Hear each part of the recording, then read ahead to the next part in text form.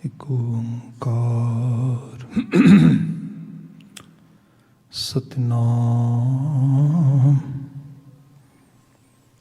करता पुरख निर्भव निर्वैर अकाल मूरत अजूनी सैभं गुर प्रसाद।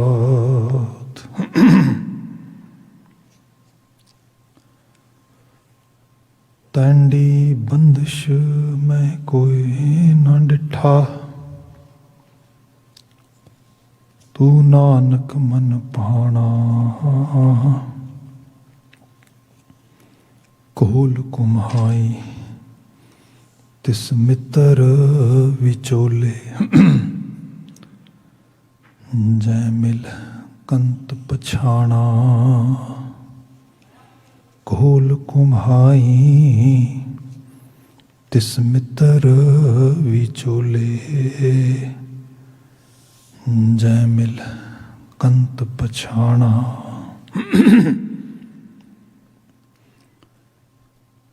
सतनाम वाहिगुरु साहिब जियो। सूही महला तीजा, शब्द सच्चै सच सोहेला। जिथै सच्चै का होए विचारो राम। हऊँ मैं सब किल विख काटे, साच रखिया उर थारे राम। शब्द सच्चै सच सोहेला, जिथै सच्चे का हुए विचारो राम। हऊँ मैं सब किल विख काटे, साच रखिया उर थारे राम। सच रखिया उर थारे दुतर तारे, फिर भवजल तरन ना होई। सच्चा सतगुर सच्ची बाणी, जिन सच विखालिया सोई। साचे गुण गावै सच समावै, सच वेखै सब सोई। नानक साचा साहिब साची नाई, सच निस्तारा होई। साचै सतगुर साच बुझाया, पत राखै सच सोई राम। सच्चा भोजन पाओ सच्चा है, सच्चै नाम सुख होई राम। साचै नाम सुख होई, मरै ना कोई। गर्भ ना जूनी वासा, ज्योति ज्योत मिलाई सच समाई। सच नाए परगासा, जिन्नी सच जाता से सच्चे होए। अनदिन सच तिहायन, नानक सच नाम जिन हृदय वसिया। ना विछुड़ दुख पायन, सच्ची बाणी सच्चे गुण गावें। तित कर सोहिला होई राम। निर्मल गुण साचे तन मन साचा, विच साचा पुरख प्रभ सोई राम। सब सच वरतै सचो बोलै, जो सच करै सो होई। जह देखा तह सच पसरिया, अवर ना दूजा कोई। सच्चे उपजै सच समावै, मर जन्मै दूजा होई। नानक सब किछ आपे करता, आप करावै सोई। सच्चे भगत सोहैं दरबारे, सच्चो सच वखाणे राम। कट अंतरे साची बाणी, साचो आप पछाणे राम। आप पछाणै तां सच जाणै, सच्चे सोझी होई। सच्चा शब्द सच्ची है शोभा, साचे ही सुख होई। साच रते भगत इक रंगी, दूजा रंग ना कोई। नानक जिसको मस्तक लिखिया, तिस सच परापत होई। साच रते भगत इक रंगी, दूजा रंग न कोई। नानक जिसको मस्तक लिखिया, तिस सच परापत होई। वाहिगुरु जी का खालसा, वाहिगुरु जी की फतेह। जुगो जुग अटल धन धन गुरु ग्रंथ साहिब जी।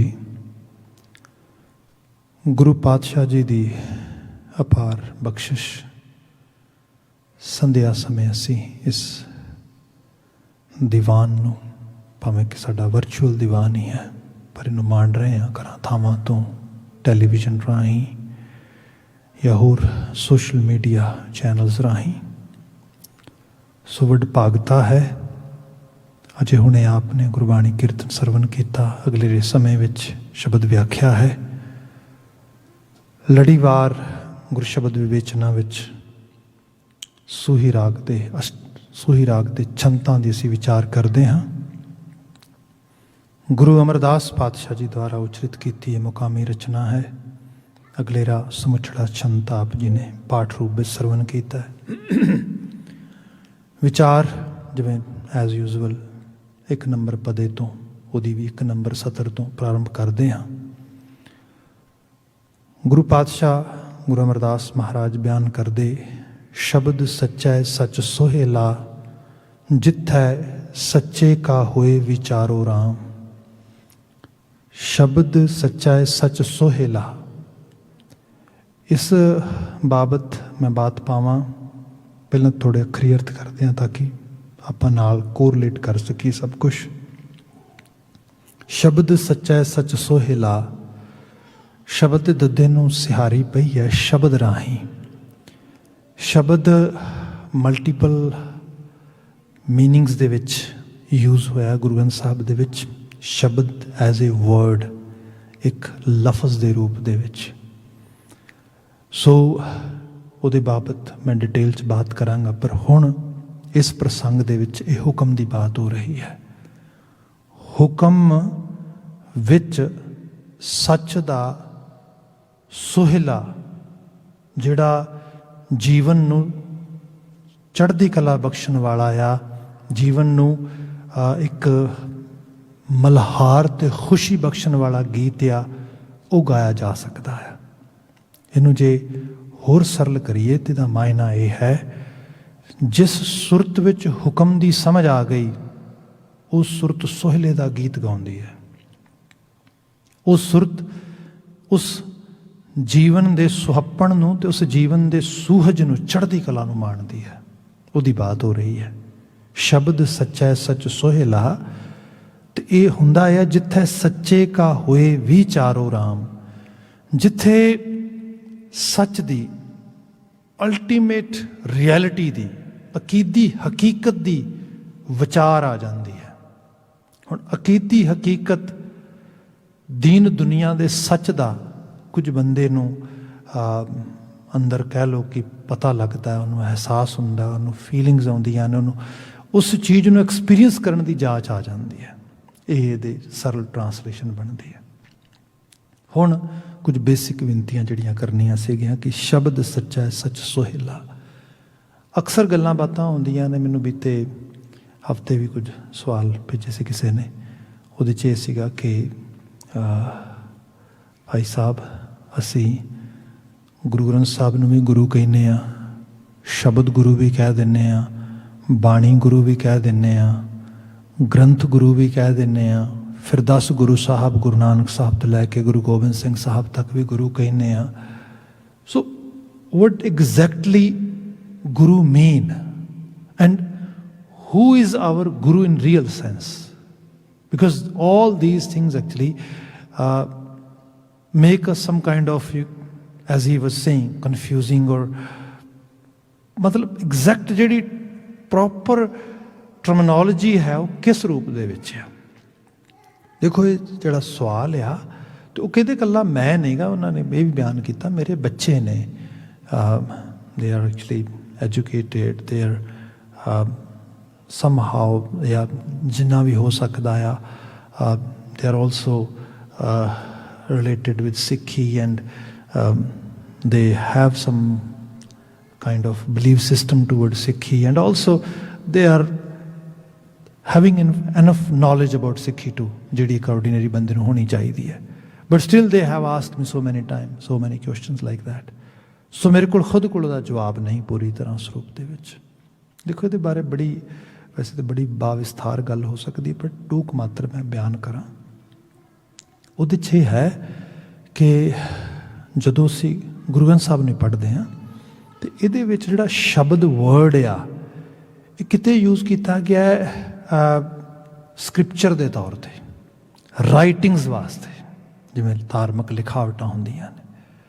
ਸੋ ਕਈ ਵਾਰ ਇਹ ਵੀ ਕਿਹਾ ਜਾਂਦਾ, ਅੱਜ ਤੇ ਅਸੀਂ ਜਦੋਂ ਸ਼ਬਦ ਗੁਰੂ ਕਹਿੰਦੇ ਹਾਂ, ਅਸੀਂ ਕਹਿੰਦੇ ਹਾਂ ਗੁਰੂ ਗ੍ਰੰਥ ਸਾਹਿਬ। ਵੈਨ ਗੁਰੂ ਨਾਨਕ ਸਾਹਿਬ ਆਨਸਰਿੰਗ ਜੋਗੀਜ਼ questions, and that time when they ask Guru Nanak Sahib ਕਵਨ ਗੁਰੂ ਜਿਸਕਾ ਤੂੰ ਚੇਲਾ, ਦੱਸ ਤੇਰਾ ਗੁਰੂ ਕੌਣ ਹੈ, ਤੂੰ ਚੇਲਾ ਕਿਹਦਾ ਆ? ਤੇ ਬਾਬਾ ਜੀ ਨੇ ਕਿਹਾ ਸ਼ਬਦ ਗੁਰੂ ਸੁਰਤ ਧੁਨ ਚੇਲਾ। That time we didn't have Guru Granth Sahib in this form. So what was the Shabad Guru of Guru Nanak Sahib? So ਉਹਦੀ ਬਾਰੇ ਬਾਤ ਕੀਤੀ ਜਾਏ। ਇਹ ਹੈ ਕਿ ਜਿਹੜਾ ਸ਼ਬਦ ਆ ਉਹ ਸਾਰੀ ਕਾਇਨਾਤ ਵਿੱਚ ਰਵਿਆ ਆ ਹੁਕਮ ਹੋ ਕੇ, ਜਿਹਨੂੰ ਅਸੀਂ ਕਹਿ ਲਈਏ ਕਿ ਜਿਵੇਂ ਜਿਵੇਂ ਅਸੀਂ ਮੈਚਿਓਰ ਹੁੰਦੇ ਹਾਂ, ਸਾਨੂੰ ਸੋਝੀ ਆਉਂਦੀ ਹੈ, ਅਸੀਂ ਚੀਜ਼ਾਂ ਨੂੰ ਡਿਸਕਵਰ ਕਰਦੇ ਹਾਂ, ਉਹਨਾਂ ਨੂੰ ਡੀਕੋਡ ਕਰਦੇ ਹਾਂ, ਉਹਨਾਂ ਬਾਰੇ ਅਹਿਸਾਸ ਕਰਦੇ ਹਾਂ। ਸਪੋਜ਼ ਬੰਦਾ ਆਪਣੇ ਆਪ ਬਾਰੇ ਗੱਲ ਕਰੇ, ਇੱਕ ਸਮਾਂ ਹੁੰਦਾ ਹੈ ਜਦੋਂ ਬੰਦੇ ਨੂੰ ਛੋਟੀਆਂ ਛੋਟੀਆਂ ਚੀਜ਼ਾਂ ਦੇ ਬਾਰੇ ਬੜੀ ਇੰਪਲਸਿਵ ਇੱਕ ਤਰ੍ਹਾਂ ਦੀ ਕ੍ਰੇਵਿੰਗ ਹੁੰਦੀ ਹੈ। ਤੁਸੀਂ ਦੇਖਿਆ ਹੋਣਾ ਸ਼ੂਗਰ ਬਾਰੇ, ਛੋਟੀਆਂ ਛੋਟੀਆਂ ਟੋਇਜ਼, ਗੇਮਜ਼, ਫਰੈਂਡ ਸਰਕਲਸ ਬਾਰੇ, ਇਹੋ ਜਿਹੀਆਂ ਚੀਜ਼ਾਂ ਬਾਰੇ। ਅਤੇ ਉਹੀ ਬੰਦਾ ਫਿਰ ਇੱਕ ਏਜ ਤੋਂ ਬਾਅਦ ਆਪਣੀਆਂ ਉਹਨਾਂ ਸਟੋਰੀਜ਼ ਨੂੰ ਸੁਣ ਕੇ, ਉਹਨਾਂ ਹਰਕਤਾਂ ਨੂੰ ਸੁਣ ਕੇ ਹੱਸਦਾ ਅਤੇ ਦੂਜਿਆਂ ਨੂੰ ਦੱਸਦਾ, ਯੂ ਨੋ, ਕਿ how stupid I was that time, ਵੀ ਕਿਵੇਂ ਆਹ ਚੀਜ਼ ਵਾਸਤੇ ਕਰਦਾ ਸੀਗਾ। ਭਾਈ ਹੁਣ ਕਿਉਂ ਆਪਣੇ ਆਪ ਨੂੰ ਹੱਸ ਰਿਹਾ? ਉਦੋਂ ਤਾਂ ਗੁੱਸਾ ਵੀ ਕਰਦਾ ਸੀਗਾ ਜੇ ਨਹੀਂ ਸੀ। ਉਦੋਂ ਇਹ ਪਤਾ ਨਹੀਂ ਸੀਗਾ, ਇਮੈਚਿਓਰਿਟੀ ਸੀਗੀ। ਇਸ ਤੋਂ ਜਿਹੜਾ ਨੈਕਸਟ ਸਟੈਪ ਆ ਉਹ ਜੇ ਡਿਸਕਵਰ ਨਹੀਂ ਸੀ ਕੀਤਾ ਕਿ ਇਸ ਚੀਜ਼ ਤੋਂ ਬਿਨਾਂ, ਇਸ ਚੀਜ਼ ਦੇ ਪਿੱਛੇ ਭੱਜਣ ਤੋਂ ਬਿਨਾਂ ਵੀ ਜ਼ਿੰਦਗੀ ਬੜੀ ਵਧੀਆ ਆ। ਮਾਇਆ ਇਲੂਜ਼ਨ ਇਹੀ ਹੁੰਦਾ ਨਾ, ਬੰਦਾ ਭੁਲੇਖੇ 'ਚ ਜੀ ਰਿਹਾ ਆ। ਜਿਵੇਂ ਜਿਵੇਂ ਬੰਦਾ ਹੋਰ ਬਰੀਕ ਲੈਵਲ 'ਤੇ, ਮਹੀਮ ਲੈਵਲ 'ਤੇ ਸੋਝੀ ਪ੍ਰਾਪਤ ਕਰਦਾ ਆ, ਉਹਨੂੰ ਜੀਵਨ ਜੀਣ ਦਾ, ਆਲੇ ਦੁਆਲੇ ਨਾਲ ਰਿਲੇਸ਼ਨਸ਼ਿਪ ਬਿਲਡ ਕਰਨ ਦਾ, ਸਾਰੇ ਕਾਸੇ ਦਾ ਪਤਾ ਲੱਗਦਾ ਹੈ। ਨਹੀਂ ਤੇ ਮੇਰ ਤੇਰ, ਉੱਚਾ ਨੀਵਾਂ, ਮੇਰਾ ਬਗਾਨਾ, ਇਹ ਸਾਰੀਆਂ ਚੀਜ਼ਾਂ ਦੇ ਵਿੱਚ ਇੱਕ ਛੋਟੇ ਜਿਹੇ ਲਾਈਫ ਸਪੈਨ ਦੇ ਵਿੱਚ ਬੰਦਾ ਕਿੰਨਾ ਕੁਛ ਆਪਣੇ ਆਲੇ ਦੁਆਲੇ ਕਲਟਰ ਜਿਹੜਾ ਇਸ ਕਿਸਮ ਦਾ ਬੁਣ ਲੈਂਦਾ ਹੈ। ਗੁਰੂ ਬਾਬਾ ਜੀ ਗੁਰੂ ਨਾਨਕ ਸਾਹਿਬ ਜਿਨ੍ਹਾਂ ਦੇ ਸੰਦੇਸ਼ ਵਿੱਚ ਇਹ ਬਾਤਾਂ ਅਸੀਂ ਪੜ੍ਹੀਆਂ ਕਿ ਉਹ ਅਕਾਲ ਪੁਰਖ ਵਾਹਿਗੁਰੂ ਨਿਰਭਉ ਹੈ, ਨਿਰਵੈਰ ਹੈ, ਉਹ ਇਹ ਦੱਸਦੇ ਇਹੋ ਜਿਹਾ ਬਿਹੇਵੀਅਰ ਚਾਹੀਦਾ ਹੈ ਰੱਬ ਨੂੰ ਪਾਉਣ ਵਾਸਤੇ। ਪਰ ਬੰਦਾ ਤੇ ਪੈਰ ਪੈਰ 'ਤੇ ਵੈਰ ਕਮਾਉਂਦਾ ਹੈ, ਪੈਰ ਪੈਰ 'ਤੇ ਡਰ ਸਿਰਜਦਾ ਹੈ, ਆਪਣੇ ਲਈ, ਦੂਜਿਆਂ ਲਈ, ਸਭ। ਇਹ ਕੀ ਹੈ? ਇਸ ਸਾਰੇ ਦੀ ਸਮਝ ਸ਼ਬਦ ਹੈ। ਇਹ ਹੈ ਅਸਲ ਰੂਪ ਵਿੱਚ ਉਹਦੇ ਹੁਕਮ ਨੂੰ ਸਮਝਣਾ। ਗੁਰੂ ਬਾਬਾ ਜੀ ਕਹਿੰਦੇ ਜਿਹੜਾ ਉਹ ਯੂਨੀਵਰਸਲ ਲਾ ਆ ਜਿਹਦੇ ਵਿੱਚ ਮਨੁੱਖ ਨੂੰ ਜੀਣਾ ਚਾਹੀਦਾ ਹੈ, जो मनुख की असल होनी तय करता है वो साडा गुरु है। तो ਉਹਦੀ समझ जिवें जिवें गुरु बाबा जी प्राप्त करते या जिवें जिवें गुरु बाबा जी उसनों संसार वास्ते उस तरीके नाल फैलाउंदे, वो सारे शब्द अखरां दे रूप दे लिख लिख के गा गा के प्रजेंट करते। फिर एक्चुअली उस रियल शब्द की समझ जिहड़ी है उस स्क्रिप्चर उन्हां राइटिंग्स दे नाल आउंदी, वो भी शब्द हो गया, शब्द का रूप हो गया। इस तरह कह लो जिन्हें मैं सरल फॉर्म होर कहा, जिवें मोइस्चर हुंदा आ, पानी है पर गैस की शक्ल च है, जदों पिघलदा लिक्विड की शक्ल च आ जाता, जदों किते होर ज़्यादा वो उस सिचुएशन जाता, टैंपरेचर डाउन जाता, उत्थे की हुंदा, उत्थे बिल्कुल सॉलिड एक आइस के रूप में कन्वर्ट हो जाता। हुण एक्चुअल लैवल तो है तो उही चीज़ आ, पर हाँ फॉर्म बदल गई है ਉਹਦੀ। या इस तरह होर कह लो पानी है बदल की फॉर्म दे विच, उसे बदल दे विचों तुसीं देखदे हो प्लेन उत्ते लंघ जाते, थल्ले लंघ सब कुछ हो जाता, पर उही बदल एक सर्टन लैवल के टैंपरेचर ते आउंदा, ਉਹਦੇ विचों एडे एडे मोटे जिहड़े औले ने हेलिंग वो हुंदी इस तरीके दे नाल। ਇਹ ਕੀ है सीगा तो बिल्कुल धुएं वर्गा भाई सब कुछ कैरी करी बैठा सीगा। सो एग्जैक्टली यहो चीज़ आ कि जिहड़ा ये सारी कायनात आ, इहदे विच वो जिहड़ा कॉस्मिक सारी सिरजना दा, सारी सृष्टि का रचनहार आया, वो इस विच ही बैठा आ। किस फॉर्म विच बैठा आ? गुरु साहब नूं जोत कहिंदे ने, जिहदी असीं इंग्लिश ट्रांसलेशन ये करिए कि एक डिवाइन लाइट और एबिलिटी के रूप दे विच। सो गुरु बाबा जी कहते वो एक्चुअली गुरु है, तो ਉਹਦੇ ਨਾਲ नाता रिश्ता संबंध ला भी उन्हें सैट किया आ, वो अंगेज कर लेंदा अपने आप दे नाल एहसास, जिन्हों जे तुसीं होर लिटरेचर देखोगे अज थोड़ा जो डीप लैवल ते लोगों को कुछ अंडरस्टैंडिंग आई है, तो वो कहते we are all carrying a universal being deep inside our being. जो असीं हैगे आ साडे विच एक यूनीवर्सल आइडेंटिटी भी हैगी है, जिहड़ी यूनीवर्सल। ते ये बंदे दी सुरत विच, क्योंकि माया इल्यूजन जिहड़ा आ, आपां एक दिन बचन विचार रहे सी ना कि जां तिस भाणा तां जम्मिया परिवार भला पाया, लिव छुड़की लगी तृष्णा माया अमर वरताया। जिवें ही कायनात विच साडी जीवन की सिरजना चलती है तो साडे सिर ते एक ख्याल वो सवार हो जाता है, वो है मायावी ख्याल। वो मायावी ये है कि जिहड़ी छोटी दुनिया असीं अपनी बनाने आ, असीं इतने ज़्यादा डीपली इनवॉल्व हो जाने उहदे विच कि माया अमर वरताया, वो साडे सिर ते ख्याल सानूं हुक्म करदा है भी तू आ कम कर। तो कई बार अपने फायदे लिए किया वाला काम वड्डे लैवल ते आले दुआले नुकसान करता है।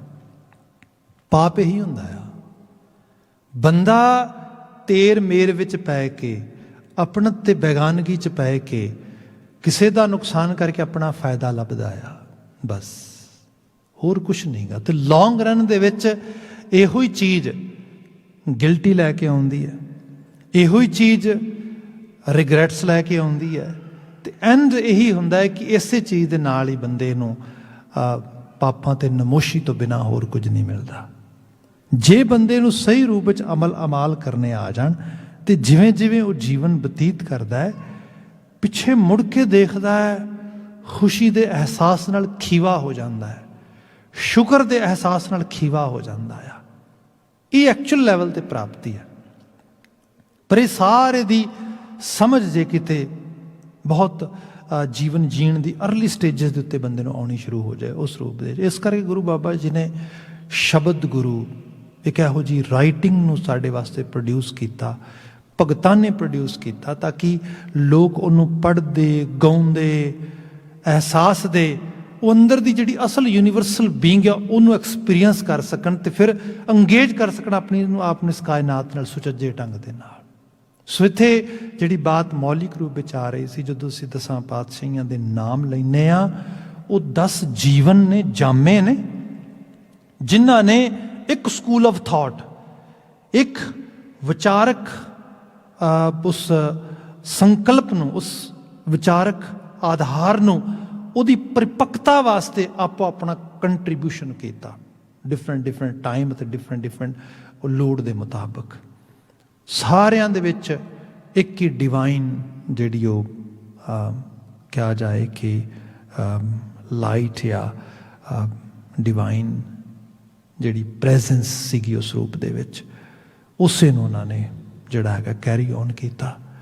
ਅਤੇ ਅਖੀਰ ਉਸੇ ਚੀਜ਼ ਨੂੰ ਕਿਹਾ ਕਿ ਤੁਸੀਂ ਇਸੇ ਉਸ ਜੋਤ ਨੂੰ, ਸ਼ਬਦ ਜਿਹੜਾ ਹੈ ਗੁਰੂ ਗ੍ਰੰਥ ਸਾਹਿਬ ਦੀ ਸ਼ਕਲ ਦੇ ਵਿੱਚ, ਅਤੇ ਉਹਦੇ ਨਾਲ ਪੰਥ ਜੋ ਇੱਕ ਕਮਿਊਨਿਟੀ ਦੇ ਲੈਵਲ 'ਤੇ, ਸੋ ਇਹਦੇ ਨਾਲ ਅੰਗੇਜ ਕੀਤਾ ਗਿਆ। ਕਿਉਂਕਿ ਦੋ ਚੀਜ਼ਾਂ ਹੁੰਦੀਆਂ ਨੇ, ਇੱਕ ਬੰਦੇ ਨੂੰ ਇਬਾਦਤ ਚਾਹੀਦੀ ਹੈ, ਅਤੇ ਦੂਸਰਾ ਬੰਦੇ ਨੂੰ ਖਲਕਤ ਦੀ ਸੇਵਾ, ਉਹਦੇ ਨਾਲ ਸਾਂਝ ਕਰਨ ਦੀ ਜਾਂਚ ਇਹ ਚਾਹੀਦੀ ਹੈ। ਸੋ ਦੋਨਾਂ ਰੂਪਾਂ ਨੂੰ ਗੁਰੂ ਬਾਬਾ ਜੀ ਨੇ ਅੰਗੇਜ ਕੀਤਾ। ਇੱਥੇ ਜਿਹੜੀ ਬਾਤ ਆਈ ਕਿ ਹਾਂ ਭਾਈ ਬਾਣੀ ਗੁਰੂ ਹੈ, ਹਾਂ ਬਾਣੀ ਇਨ ਏ ਫਾਰਮ ਰਾਈਟਿੰਗਸ, ਸ਼ਬਦ ਗੁਰੂ ਹੈ, ਯੈਸ ਸ਼ਬਦ ਇਹਨਾਂ ਰਾਈਟਿੰਗਸ ਦਾ ਸਾਰੀਆਂ ਦਾ ਸਮੂਹ, ਤੇ ਨਾਲ ਦੀ ਨਾਲ ਇਸ ਸਮੂਹ ਦੇ ਵਿੱਚ ਰਵਣ ਕਰ ਰਿਹਾ ਸੰਦੇਸ਼, ਹੁਕਮ, ਉਹ ਗੁਰੂ ਹੈ। ਗੁਰੂ ਗ੍ਰੰਥ ਸਾਹਿਬ, ਯੈਸ ਇਹ ਕਿਉਂਕਿ ਗ੍ਰੰਥ ਇਸ ਸਾਰੇ ਬਾਣੀ ਦਾ ਸਮੁੱਚ ਇਕੱਠ ਜਿਹੜਾ ਆ, ਇਹਨੂੰ ਕੰਪਾਈਲ ਕਰਕੇ ਗੁਰੂ ਸਾਹਿਬ ਨੇ ਜਿਵੇਂ ਸਥਾਪਿਤ ਕੀਤਾ, ਉਸ ਰੂਪ ਦੇ ਵਿੱਚ ਇਸ ਨੂੰ ਅਸੀਂ ਗੁਰੂ ਗ੍ਰੰਥ ਸਾਹਿਬ ਦੇ ਰੂਪ ਵਿੱਚ ਯਾਦ ਕਰਦੇ ਹਾਂ। ਸੋ ਜਦੋਂ ਅਸੀਂ ਇਹ ਵਰਡ ਯੂਜ਼ ਕਰ ਰਹੇ ਹੈਗੇ, ਜਿਵੇਂ ਪਾਣੀ ਦੀ ਜਿਹੜੀ ਹੈ ਐਗਜ਼ਾਮਪਲ ਕੀਤੀ, ਬੱਦਲ ਵੀ ਪਾਣੀ ਹੈ, ਜਿਹੜੀ ਭਾਪ ਵੀ ਪਾਣੀ ਹੈ, ਪਾਣੀ ਤੇ ਪਾਣੀ ਹੈ, ਹੌਲੇ ਜਿਹੜੇ ਨੇ ਉਹ ਵੀ ਪਾਣੀ ਹੈ, ਬਰਫ਼ ਵੀ ਪਾਣੀ ਹੈ। ਸੋ ਇਹ ਸਾਰੀਆਂ ਚੀਜ਼ਾਂ ਜਿਹੜੀਆਂ ਨੇ ਉਸ ਰੂਪ ਦੇ ਵਿੱਚ, ਹਾਂ ਉਹਦੇ ਜਿਹੋ ਜਿਹੀ ਉਹਦੀ ਫਾਰਮ ਆ, ਬਾਣੀ ਗਾਈ ਗਈ, ਬਾਣੀ ਪੜ੍ਹੀ ਗਈ, ਜਦੋਂ ਅਸੀਂ 2-4 ਸ਼ਬਦ ਪੜ੍ਹਦੇ ਹਾਂ, ਨਿਤਨੇਮ ਦੀ ਬਾਣੀ ਪੜ੍ਹਦੇ ਹਾਂ, ਇਸ ਰੂਪ ਦੇ ਵਿੱਚ ਉਹਦੀ ਬਾਤ ਆਉਂਦੀ ਹੈ। ਜਦੋਂ ਅਸੀਂ ਕਿਸੇ ਇਨ ਜਨਰਲ ਗੱਲ ਕਰਦੇ ਹਾਂ ਅਤੇ ਕਿਹਾ ਜਾਂਦਾ ਹੈ ਭਾਈ ਸਾਡੇ ਗੁਰੂ ਗ੍ਰੰਥ ਸਾਹਿਬ ਦਾ ਸ਼ਬਦ ਵੀ ਹੈ, ਜਾਂ ਸ਼ਬਦ ਸੁਣਾਓਗੇ ਸਾਨੂੰ, ਇੱਕ ਬੰਤਰ, ਇੱਕ ਉਸ ਰਚਨਾ ਦੀ ਉਹਦੀ ਬਾਤ ਹੋ ਰਹੀ ਹੈ। ਸ਼ਬਦ ਗੁਰੂ, ਹਾਂ ਇਹ ਸਾਡੀ ਇੱਕ ਸਿੱਧੇ ਤੌਰ 'ਤੇ ਜਿਹਦੇ ਨਾਲ ਸਾਡੀ ਆਸਥਾ ਆ, ਉਸ ਗੁਰੂ ਗ੍ਰੰਥ ਸਾਹਿਬ ਨੂੰ ਅਸੀਂ ਸਿੱਧੇ ਤੌਰ 'ਤੇ ਬਿਆਨ ਕਰਦੇ ਹਾਂ ਵੀ ਸਾਡਾ ਸ਼ਬਦ ਗੁਰੂ ਹੈ, ਕਿਉਂਕਿ ਇਹਦੇ 'ਚ ਜਿਹੜੇ ਸੰਦੇਸ਼ ਨੇ, ਲਿਖਾਵਟਾਂ, ਰਚਨਾਵਾਂ ਨੇ, ਉਹ ਸਾਡੇ ਗੁਰੂ ਰੂਪ ਨੇ। ਅਤੇ ਗੁਰੂ ਗ੍ਰੰਥ ਸਾਹਿਬ ਜਿਵੇਂ ਬਾਤ ਕੀਤੀ ਉੱਤੇ ਕੰਪਾਈਲ ਹੋ ਕੇ ਰਚਨਾ ਹੈ। ਪਰ ਇਹ ਸਾਰੇ ਦੇ ਵਿੱਚ ਕਰਤਾਰੀ ਹੁਕਮ ਦੀ ਗੱਲ ਹੋ ਰਹੀ ਹੈ, ਜੋ ਇੱਥੇ ਪ੍ਰਾਰੰਭ ਹੋ ਰਹੀ ਹੈ ਬਾਤ, ਸ਼ਬਦ ਸੱਚਾ ਸੱਚ ਸੁਹੇਲਾ, ਜਿਹੜਾ ਅਸਲ ਵਿੱਚ ਸੱਚਾ ਹੁਕਮ ਆ, ਸ਼ਬਦ ਆ, ਜਿੰਨੀ ਉਹਦੀ ਡੀਪ ਲੈਵਲ 'ਤੇ ਸਮਝ ਹੋਏਗੀ ਬੰਦੇ ਦੇ ਵਿੱਚ।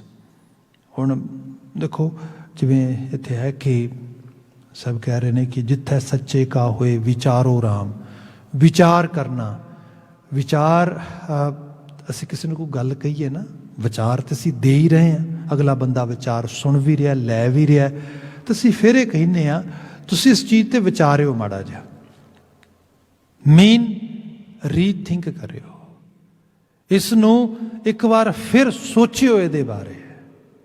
ਸੋ ਚੀਜ਼ਾਂ ਨੂੰ ਆਲੇ ਦੁਆਲੇ ਵਾਪਰਦੀਆਂ, ਆਪਣੇ ਅੰਦਰ ਵਾਪਰਦੀਆਂ, ਮੋਸਟਲੀ ਤਾਂ ਆਪਣੇ ਅੰਦਰ ਦੀ ਗੱਲ ਹੋ ਰਹੀ ਹੈ, ਉਹਨਾਂ ਨੂੰ ਵਿਚਾਰਨਾ, ਉਹਨਾਂ ਨੂੰ ਰੀਥਿੰਕ ਕਰਨਾ, ਉਹਨਾਂ ਦੇ ਬਾਰੇ ਅਵੇਅਰ ਹੋਣਾ, ਜਾਗਰਤ ਹੋਣਾ, ਇਹ ਬੜਾ ਜ਼ਰੂਰੀ ਹੈ। ਨਹੀਂ ਤਾਂ ਕਈ ਵਾਰ ਬੰਦਾ ਸੁੱਤੇ ਸਿੱਧੇ, ਜਿਹਨੂੰ ਗੁਰੂ ਸਾਹਿਬ ਨੇ ਬਾਣੀ 'ਚ ਇਸ ਤਰ੍ਹਾਂ ਵੀ ਕਿਹਾ ਸੀਗਾ, ਮਨ ਅਚੇਤ ਪਾਪ ਤੇ ਡਰ ਰਹੇ। ਉਹ ਮਨਾ, ਤੂੰ ਪਾਪਾਂ ਤੋਂ ਡਰ ਕਿਉਂ? ਕਿਉਂਕਿ ਤੂੰ ਅਚੇਤ ਹੈ। ਅਚੇਤ, ਸੁੱਤੇ ਸਿੱਧ, ਤੁਸੀਂ ਗੱਡੀ ਚਲਾ ਰਹੇ ਹੋ ਤੇ ਸੌਂ ਗਏ ਹੋ, sometime accident happens due to what reason, because ਉਹ ਕਹਿੰਦੇ ਕਿ ਇਹ ਬੰਦਾ ਚਲਾਉਂਦਿਆਂ ਚਲਾਉਂਦਿਆਂ ਉਂਗ ਲੱਗ ਗਈ ਇਹਨੂੰ, ਬਸ ਮਾੜੀ ਜਿਹੀ ਅੱਖ ਲੱਗੀ ਨਹੀਂ ਤੇ ਡਨ। ਤੇ ਜਿੱਥੇ ਬੰਦਾ ਕੰਪਲੀਟਲੀ ਸੁੱਤਾ ਆ, ਅਚੇਤ ਆ, ਕੀ ਹੋਏਗਾ? ਸੋ ਇਹ ਵਿਚਾਰਨਾ, ਵਾਰ-ਵਾਰ ਆਪਣੇ ਆਪ ਨੂੰ ਜਗਾਉਣਾ, ਸਮਝਣਾ, ਅਹਿਸਾਸਣਾ ਚੀਜ਼ਾਂ ਨੂੰ, ਇਹ ਬੜਾ ਜ਼ਰੂਰੀ ਹੈ। ਕੋਈ ਵੀ ਚੀਜ਼ ਆਲੇ ਦੁਆਲੇ ਵਾਪਰਦੀ ਏ, ਉਹਦਾ ਪ੍ਰਭਾਵ ਤੁਹਾਡੇ ਅੰਦਰ ਕੀ ਜਾ ਰਿਹਾ ਆ, ਤੁਸੀਂ ਫਿਰ ਉਹਦੇ ਪ੍ਰਭਾਵ ਨੂੰ ਕਿਵੇਂ ਕਬੂਲ ਕੇ, ਕਿਵੇਂ ਉਹਨੂੰ ਪਰਸੀਵ ਕਰਦੇ ਹੋ, ਪ੍ਰੋਸੈਸ ਕਰਦੇ ਹੋ, ਕਿਵੇਂ ਉਹਦੇ 'ਤੇ ਰਿਐਕਟ ਕਰਦੇ ਹੋ, ਇਹ ਸਭ ਚੀਜ਼ਾਂ ਦਾ ਨਾਂ ਅਧਿਆਤਮਕਤਾ ਹੈ। ਜੇ ਇਸ ਚੀਜ਼ ਨੂੰ ਬੰਦਾ ਇਸ ਤਰ੍ਹਾਂ ਅੰਗੇਜ ਕਰ ਲਵੇ, ਤੇ ਮੈਂ ਨਹੀਂ ਸਮਝਦਾ ਕਿ ਜਿਵੇਂ ਗੁਰੂ ਗ੍ਰੰਥ ਸਾਹਿਬ ਦੀ ਬਾਣੀ ਕਹਿੰਦੀ ਹੈ ਵੀ ਉਹ ਕਰਤਾਰ ਕਿਤੇ ਦੂਰ ਆ, ਰੱਬ ਕਿਤੇ ਦੂਰ ਆ, ਨਾ ਨਾ ਨਾ, ਉਹ ਤੇ ਤੇਰੇ ਨਾਲ, ਤੇਰੇ ਅੰਗ ਸੰਗ ਤੇਰਾ ਰੂਪ ਹੈ ਅਸਲ ਵਿੱਚ। ਸਾਹਿਬ ਨੇ ਜਿਹੜੀ ਬਾਤ ਕੀਤੀ ਇੱਥੇ ਕਿ ਜਦੋਂ ਅਸੀਂ ਸ਼ਬਦ ਨਾਲ ਇਸ ਤਰੀਕੇ ਨਾਲ ਹੁਕਮ ਦੇ ਜ਼ਰੀਏ, ਸ਼ਬਦ ਸੱਚਾ ਹੈ ਸੱਚ ਸੋਹਿਲਾ, ਇਹ ਗੀਤ ਗਾਉਂਦੇ ਆ, ਤੇ ਇਹ ਸੋਹਿਲੇ ਦਾ ਗੀਤ ਹੈ। ਇਸ ਤਰ੍ਹਾਂ ਸਮਝੋ ਕਿ ਤੇ ਇਹ ਜਿਹੜੀ ਜਾਂਚ ਆ, ਇਹਦੇ ਵਾਸਤੇ ਗੁਰੂ ਸਾਹਿਬ ਨੇ ਇੱਕ ਇੰਸਟੀਟਿਊਸ਼ਨ ਬਿਲਡ ਕੀਤਾ ਸੀਗਾ, ਫੈਮਿਲੀ ਕਮਿਊਨਿਟੀ ਵੱਡੇ ਲੈਵਲ 'ਤੇ। ਇਹ 'ਚ ਮੈਂ ਛੋਟਾ ਜਿਹਾ ਵੀ ਅਰਜ਼ੋਈ ਜ਼ਰੂਰ ਕਰਨੀ ਚਾਹਾਂਗਾ। ਹਾਲਾਂਕਿ ਗੁਰੂ ਸਾਹਿਬ ਆਪ ਤਲਵੰਡੀ, ਜਿਹਨੂੰ ਅੱਜ ਅਸੀਂ ਨਾਨਕਾਣਾ ਸਾਹਿਬ ਕਹਿੰਦੇ, ਉਹਦੇ 'ਚ ਪੈਦਾਇਸ਼ ਹੁੰਦੀ ਹੈ। ਉਸ ਤੋਂ ਬਾਅਦ ਸੁਲਤਾਨਪੁਰ ਰਹੇ, ਪਰ ਬੜੀ ਅਰਲੀ ਸਟੇਜ 'ਤੇ ਗੁਰੂ ਸਾਹਿਬ ਨੇ ਇੱਕ ਵੱਖਰਾ ਗਿਰਾਂ ਵਸਾਇਆ, ਪਿੰਡ ਕਰਤਾਰਪੁਰ। ਇਹਦਾ ਮਤਲਬ ਕੀ ਹੈ? ਇਹਦਾ ਮਤਲਬ ਇਹ ਹੈ ਇੱਕ ਨਿਊ ਐਨਵਾਇਰਮੈਂਟ ਬਿਲਡ ਕਰਨਾ। ਜਿਵੇਂ ਅੱਜ ਕੱਲ੍ਹ ਅਸੀਂ ਬੜੀ ਹੋਲਿਸਟਿਕ ਅਪਰੋਚ ਦੇ ਵਿੱਚ ਮੈਂਟਲ ਹੈਲਥ 'ਚ ਜਾਂ ਐਡਿਕਸ਼ਨ ਵਿੱਚ ਜਾਂ ਹੋਰ ਚੀਜ਼ਾਂ 'ਚ ਦੇਖਦੇ ਹਾਂ, ਲੋਕ ਕਹਿੰਦੇ ਨੇ ਇਹਨੂੰ ਰੀਹੈਬ ਵਿੱਚ ਲੈ ਜਾਓ, ਰੀਹੈਬਿਲਿਟੇਸ਼ਨ ਪ੍ਰੋਵਾਈਡ ਕਰੋ। What does it mean? It means we have to provide completely different environment where that individual can actually enjoy some kind of changes, or can have different kind of, or have some kind of transformation, ਤਬਦੀਲੀ ਉਹਦੇ 'ਚ ਉਸ ਰੂਪ ਵਿੱਚ ਆ ਜਾਏ। ਹੁਣ ਉਹ ਜਿਹੜੀ ਚੀਜ਼ ਆ ਗੁਰੂ ਬਾਬਾ ਜੀ ਨੇ ਕੀਤੀ, ਬਿਲਕੁਲ ਇੱਕ ਡਿਫਰੈਂਟ ਐਨਵਾਇਰਮੈਂਟ ਵਿੱਚ ਆਪ ਚਲੇ ਗਏ, ਹੋਰ ਸਿੱਖਾਂ ਸੇਵਕਾਂ ਨੂੰ ਲੈ ਆਇਆ ਸਭ ਕੁਛ। ਪਰ ਇਹਦੇ ਬਾਵਜੂਦ ਵੀ ਅਸੀਂ ਇਹ ਦੇਖਦੇ ਹਾਂ, ਜਿਹੜਾ ਸੁਸਾਇਟੀ ਐਟ ਹੋਲ ਆ, ਜਿਹੜਾ ਸੋਸ਼ਲ ਸਟਰਕਚਰ ਆ ਸਾਰੇ ਦਾ ਸਾਰਾ, ਉਹਦਾ ਇੰਪੈਕਟ ਉਹ ਖਤਮ ਥੋੜ੍ਹਾ ਹੋ ਜਾਂਦਾ ਹੈ, ਉਹਦਾ ਇੰਪੈਕਟ ਰਹਿੰਦਾ ਆ। ਈਵਨ ਅਸੀਂ ਬਾਤ ਕਰ ਰਹੇ ਸੀ ਉਸ ਦਿਨ ਵੀ ਬਾਬਾ ਸ਼੍ਰੀ ਚੰਦ ਤੇ ਬਾਬਾ ਲਖਮੀ ਦਾਸ ਜੀ ਦੀ। ਉਹਨਾਂ ਨੇ ਉਸ ਸਾਰੇ ਫੈਮਿਲੀ ਐਨਵਾਇਰਮੈਂਟ, ਸਾਰੇ ਅਧਿਆਤਮਕ ਮਾਹੌਲ ਹੋਣ ਦੇ ਬਾਵਜੂਦ ਵੀ ਜਿਹੜੀਆਂ ਚੋਇਸਿਸ ਨੇ ਉਹ ਗੁਰੂ ਸਾਹਿਬ ਤੋਂ ਡਿਫਰੈਂਟ ਬਣਾਈਆਂ। ਸੋ ਇਹ ਇੱਕ ਪੋਸੀਬਿਲਿਟੀ ਹੈ ਕਿ ਚੀਜ਼ਾਂ ਹੁੰਦੀਆਂ ਨੇ। ਸੋਸਾਇਟੀ ਦਾ, ਆਲੇ ਦੁਆਲੇ ਦਾ ਇਤਨਾ ਇਨਫਲੂਐਂਸ ਹੁੰਦਾ ਹੈ ਜ਼ਬਰਦਸਤ ਕਿ ਤੁਸੀਂ ਚਾਹ ਕੇ ਵੀ ਕਿਸੇ ਨੂੰ ਕੋਈ ਚੀਜ਼ ਦੇ ਨਹੀਂ ਪਾਉਂਦੇ, ਕੋਈ ਚੀਜ਼ ਕਿਸੇ ਨੂੰ ਪਰਸੀਵ ਨਹੀਂ ਕਰਾ ਪਾਉਂਦੇ ਉਸ ਲੈਵਲ 'ਤੇ। ਹੁਣ ਇਹ ਜਿਹੜੀ ਮੈਂ ਬੇਨਤੀ ਛੋਟੀ ਜਿਹੀ ਕਰਨ ਲੱਗਾ ਸੀਗਾ ਕਿ ਜਿਵੇਂ ਸਪੋਜ਼ ਕਰੋ ਕਈਆਂ ਪਰਿਵਾਰਾਂ ਦੇ ਵਿੱਚ, ਕਈਆਂ ਜਗ੍ਹਾ ਦੇ ਉੱਤੇ ਕੁਝ ਇਹੋ ਜਿਹੀਆਂ ਫੂਡ ਚੋਇਸਿਸ ਬਣਾਈਆਂ ਜਾਂਦੀਆਂ ਨੇ, ਜਿਵੇਂ ਬੱਚਾ ਸਵੇਰੇ ਉੱਠਿਆ, ਉਹਨੂੰ ਫਰੂਟ ਖਾਣ ਲਈ ਦਿੱਤਾ, ਉਹਨੂੰ ਸਮੂਦੀ ਪੀਣ ਨੂੰ ਦਿੱਤੀ ਫਰੂਟ ਦੀ ਬਣਾ ਕੇ, ਕੁਝ ਹੋਰ ਵੈਜੀਟੇਬਲਸ, ਇਹੋ ਜਿਹੀਆਂ ਚੀਜ਼ਾਂ ਉਹਦੀਆਂ, ਆਵਾਕਾਡੋ ਵਗੈਰਾ ਜਿਹੜਾ ਉਹਦੀ ਫੂਡ ਦੇ 'ਚ ਪਾ ਦਿੱਤਾ।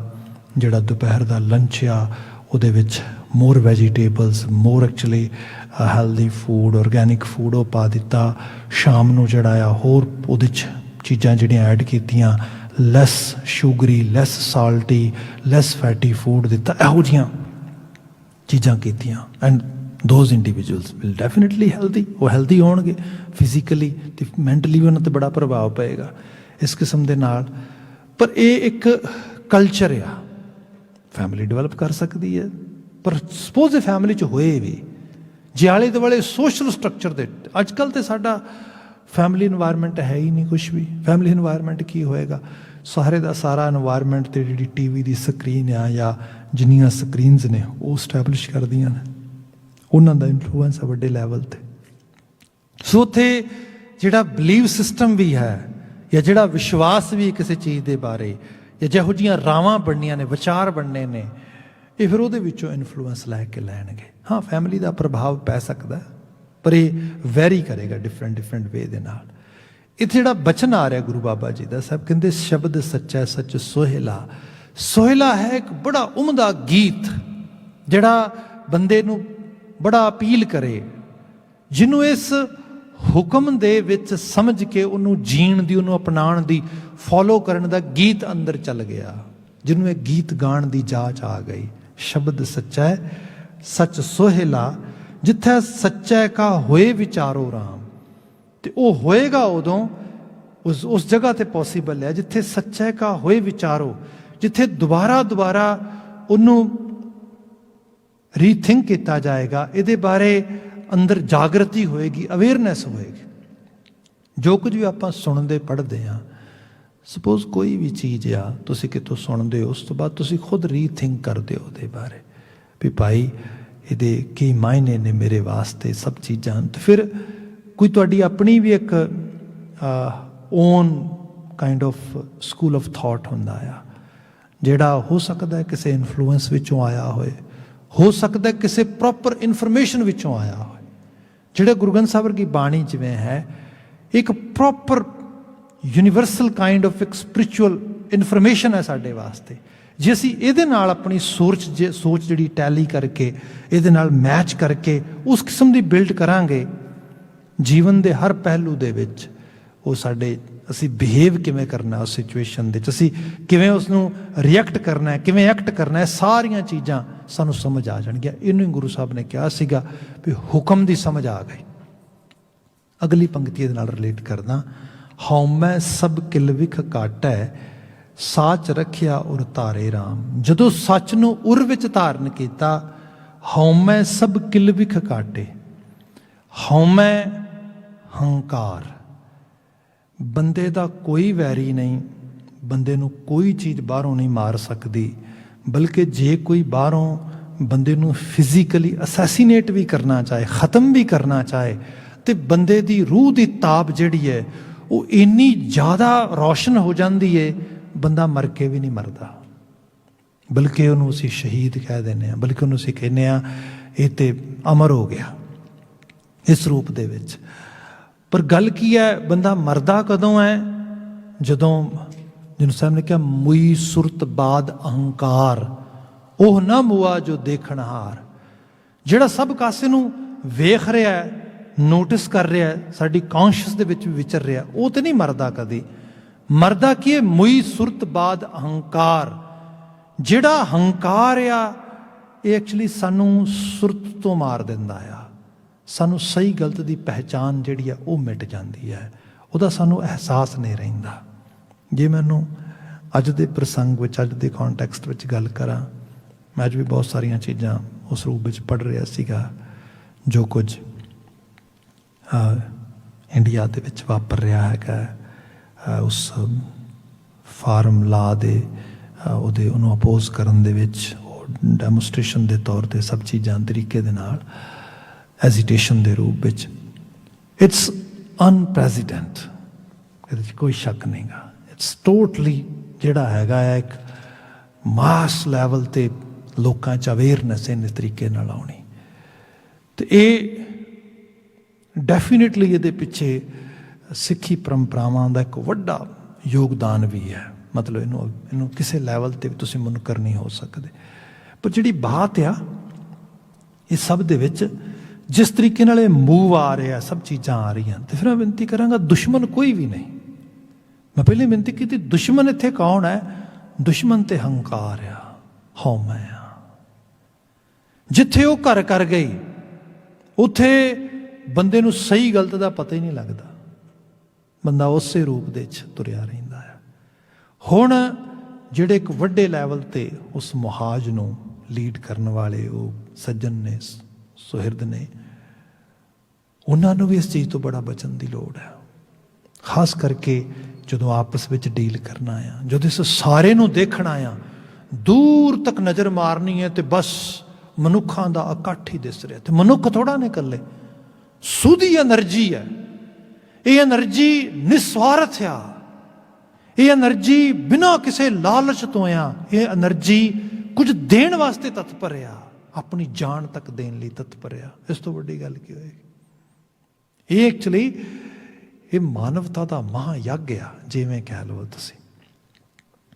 ਪਰ ਇਹ ਸਾਰੇ ਨੂੰ ਜੇ ਕਿਤੇ ਕੋਈ ਇਹ ਸੋਚ ਲੇ ਕਿ ਸ਼ਾਇਦ ਇਹ ਮੇਰੇ ਕਰਕੇ ਹੈ, ਸ਼ਾਇਦ ਮੈਂ ਇਹਨਾਂ ਨੂੰ ਜਿਹੜਾ ਉਸ ਰੂਪ ਵਿੱਚ ਲੀਡ ਕਰਾਂਗਾ ਜਾਂ ਮੇਰੀ ਹੋਂਦ ਹੋਏਗੀ, ਹੰਕਾਰ, ਇੱਥੋਂ ਕਿਲਵਿਖ ਪਾਪ ਪੈਦਾ ਹੁੰਦਾ ਹੈ। ਜਿੱਥੇ ਹੀ ਬੰਦਾ ਆਪਣਾ ਸਵਾਰਥ ਬਹੁਤ ਪਿੱਛੇ ਸੱਟ ਦਿੰਦਾ ਆ, ਨਿਜ ਭਾਵ ਹੁੰਦਾ ਹੀ ਨਹੀਂ, ਸਮਝੋ ਉੱਥੇ ਉੱਥੇ ਕਰਤਾਰ ਆ ਕੇ ਵਿਚਰਦਾ ਆ। ਕਹਿੰਦੇ ਨੇ ਬੰਦਾ ਜਦੋਂ ਬਹੁਤ ਹਾਇਰ ਲੈਵਲ ਤੇ ਚਲਾ ਜਾਏ ਤੇ ਉੱਥੇ ਜਾਂ ਤੇ ਹੰਕਾਰ ਆ ਜਾਂਦਾ। ਹੰਕਾਰ ਕੁਛ ਵੀ ਨਹੀਂ, ਐਕਚੁਅਲ ਲੈਵਲ ਤੇ ਹੰਕਾਰ ਇਸ ਤਰ੍ਹਾਂ ਕਹਿ ਲਓ ਕਿ ਹੈ ਤੇ ਇਹ ਵੈਕਿਊਮ ਹੀ ਹੈ। ਪਰ ਜੇ ਉਸ ਐਮਪਟੀਨੈਸ ਨੂੰ ਕਿਸੇ ਹਾਇਰ ਲੈਵਲ ਦੇ ਸਕੂਲ ਆਫ ਥਾਟ ਨਾਲ ਬੰਦਾ ਭਰ ਲਵੇ, ਜਿਹਨੂੰ ਅਸੀਂ ਹੁਕਮ ਕਹਿ ਰਹੇ ਹਾਂ, ਫਿਰ ਨਿਰੰਕਾਰ ਆ ਜਾਂਦਾ। ਫਿਰ ਬੰਦਾ ਲਿਫ ਜਾਂਦਾ, ਨਿਭ ਜਾਂਦਾ, ਝੁਕ ਜਾਂਦਾ। ਜਿਨ੍ਹਾਂ ਗੁਰੂ ਸਾਹਿਬ ਦੀ ਭਗਤਾਂ ਦੀਆਂ ਅਸੀਂ ਗੱਲਾਂ ਕਰਦੇ ਹਾਂ, ਉਹਨਾਂ ਨੂੰ ਤੇ ਸਮੁੱਚੀ ਕਾਇਨਾਤ ਨਮਸਕਾਰ ਕਰਨ ਲਈ ਆ ਜਾਂਦੀ ਹੈ। ਉਹਨਾਂ ਨੂੰ ਤੇ ਮਨੁੱਖ ਗੁਰੂ ਦੀ ਇੱਕ ਆਵਾਜ਼ ਦੇ ਉੱਤੇ, ਤੁਸੀਂ ਦੇਖੋ ਨਾ ਕਿ ਅਸੀਂ ਸਾਖੀਆਂ ਪੜ੍ਹਦੇ ਹਾਂ ਭਾਈ ਵੀਰ ਸਿੰਘ ਤੇ ਧੀਰ ਸਿੰਘ ਦੀ, ਧੰਨ ਗੁਰੂ ਗੋਬਿੰਦ ਸਿੰਘ ਸਾਹਿਬ, ਅੱਜ ਉਹਨਾਂ ਦਾ ਗੁਰਤਾਗਤ ਦੀ ਨਸ਼ੀਨੀ ਪੁਰਬ ਵੀ ਹੈ, ਉਸ ਦੀ ਵੀ ਆਪ ਨੂੰ ਮੁਬਾਰਕਬਾਦ। ਜਦੋਂ ਦਮਦਮਾ ਸਾਹਿਬ ਸੀਗੇ ਤੇ ਡੱਲਾ ਇਹ ਗੱਲ ਕਹਿੰਦਾ ਹੈ ਗੁਰੂ ਸਾਹਿਬ, ਗੱਲ ਇਹ ਹੈ ਕਿ ਅਨੰਦਪੁਰ ਸਾਹਿਬ ਇਹ ਸਭ ਸਮਾਂ ਰਿਹਾ, ਕਿਤੇ ਸਾਡੇ ਤੱਕ ਸੰਦੇਸ਼ ਨਹੀਂ ਪਹੁੰਚਿਆ। ਜੇ ਕਿਤੇ ਇੱਥੇ ਸਾਡੇ ਕੋਲ ਸੰਦੇਸ਼ ਪਹੁੰਚ ਜਾਂਦਾ ਤੇ ਇੱਥੋਂ ਜੇ ਕਿਤੇ ਸਾਡੇ ਯੋਧੇ ਪਹੁੰਚ ਜਾਂਦੇ ਤੇ ਮੁਗਲਾਂ ਦੀ ਕੀ ਹਿੰਮਤ ਸੀਗੀ ਕਿ ਇਸ ਕਿਸਮ ਦੀ ਬਾਤ ਹੋ ਜਾਂਦੀ। ਤੇ ਗੁਰੂ ਸਾਹਿਬ ਹੱਸ ਕੇ ਕਹਿੰਦੇ ਵੀ ਡੱਲਿਆ ਕੋਈ ਗੱਲ ਨਹੀਂ, ਜੇ ਵਾਕਿਆ 'ਚ ਤੂੰ ਇੰਨੀ ਬਹਾਦਰੀ ਦੀ ਗੱਲ ਕੀਤੀ ਹੈ ਤੇ ਸਮਾਂ ਸਾਰਿਆਂ ਨੂੰ ਮੌਕਾ ਦਿੰਦਾ ਭਾਈ, ਅਜੇ ਬਾਤ ਹੋ ਰਹੀ ਹੈ। ਤੇ ਗੁਰੂ ਸਾਹਿਬ ਦੇ ਕੋਲ ਅਨੰਨ ਸੇਵਕ ਇੱਕ ਆ ਗਿਆ ਬੰਦੂਕ ਲੈ ਕੇ, ਮਹਾਰਾਜ ਬੰਦੂਕ ਮੈਂ ਤੁਹਾਡੇ ਵਾਸਤੇ ਸਪੈਸ਼ਲ ਬਣਾਈ ਹੈ। ਗੁਰੂ ਸਾਹਿਬ ਕਹਿੰਦੇ ਵਾਹ ਵੀ ਬਹੁਤ ਅੱਛੀ, ਬੜਾ ਨਿਸ਼ਾਨਾ ਹੈ ਸਭ ਕੁਝ। ਗੁਰੂ ਸਾਹਿਬ ਕਹਿੰਦੇ ਹੁਣੇ ਪਰਖ ਲੈਂਦੇ ਆ।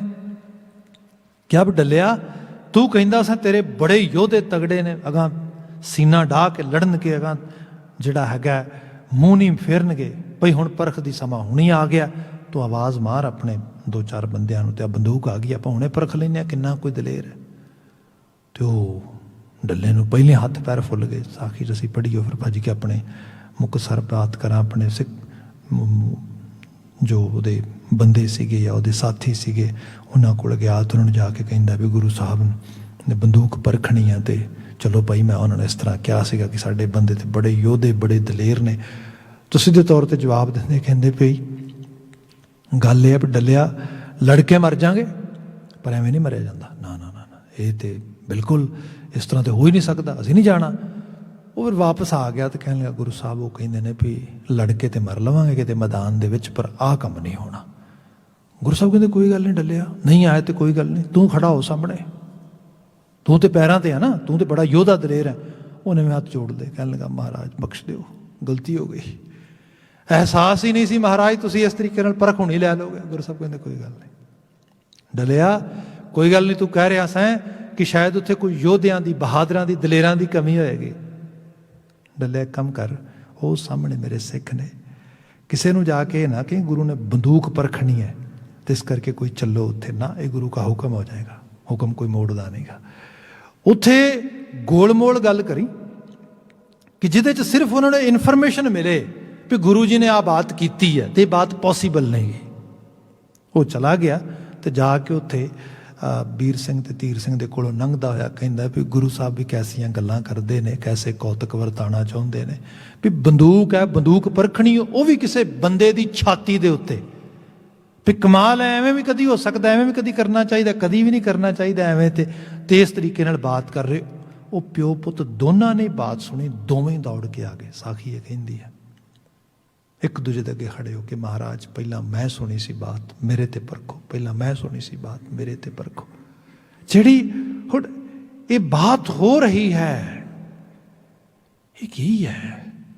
देखो ये जे गुरु साहब इस रूप में बयान कर दे कि ये जिहड़े सिख ने मेरे ते जाना वार रहे हैं, मेरी गोली नूं परखण वास्ते अगे आके खड़े हो रहे हैं, एक्चुअल लैवल ते किसी वड्डे स्कूल ऑफ थॉट नूं परणाए ने। धन गुरु गोबिंद सिंह साहब इसे लिए जिहड़ा बयान करते ना कई बार, इन्हीं की कृपा के सजे हम हैं, नहीं मोसो गरीब करोड़ भरे आ रूपया। अपना आप जताया ही नहीं किते, अहंग बिरती ये है, अपनी होंद है ही नहीं, ये एहसास रहे जिहड़े जाना लुटाण लई भी तैयार ने ना, ये मेरे लिए नहीं किसी वड्डे थॉट लई ने। सो मैं उसे नूं प्रणा के रहना आ। जिहड़े खास करके अगवाई करते लोग ने उन्होंने ये चीज़ का एहसास रखना चाहिए। ये वास्ते शब्द जरूरी है, आपा परखण अपने आप नूं गोखण की बड़ी लोड़ है। थोड़ा बचन आ रहा इत्थे महाराज बयान करते, हौमै सब किल विख काटे साच रखिया और तारे राम। तो जो ये चीज़ हो जाती, जो यदि काट ही हो गई, यही हौमै पाप की बिरती कट्टी गई, साच रखिया और तारे। सच तो बिना उर विच होर की होएगा, फिर वही होएगा। फिर असी तो बाई चांस देखो किवें इतिहास सानू कैसे कैसे मौके प्रोवाइड करता आ। असी इन्हां दिनां दे विच अक्सर सुणाउने आ कि गुरु गोबिंद सिंह साहब माछीवाड़े के जंगलों ते जाके जिहड़ा है टिंड दा सरहाना लैके जंगल बेले दे विच कल्ले ठंडी रात दे च पै गए। Now what we are watching over there, what we are actually witnessing over there, just इन्हां चीज़ां नूं कोरिलेट करके देखो तुसीं। ये गुरु साहब ने करके विखाया, बंदे तेरे च एबिलिटी है, तो जदों तू इस लैवल ते तैयार हो जाएगा, पूरी कुदरत तेनों नवाजन लई तैयार हो जाएगी। उस खिते दे विच जिहदा ना ही उन्होंने सिर हिंद, हिंदुस्तान दे सिर दे उत्ते बैठे हुए वो वड्डे करने वाले हुक्मरान वो कहते लै सानू कौन हिला सकता है। उस सिर हिंद का सिरनामा अज की है, फतेहगढ़। सो ये है चेंज कुदरत का दस्तूर आ, तेनों कोई नहीं रोक सकता। रहिंदे शब्द की विवेचना आउंदे समय च करांगे। अज वास्ते समाप्ति। भुलां गलतियां ना चिता रहियो। सब प्रेम कहना जी। वाहिगुरू जी का खालसा, वाहिगुरू जी की फतेह।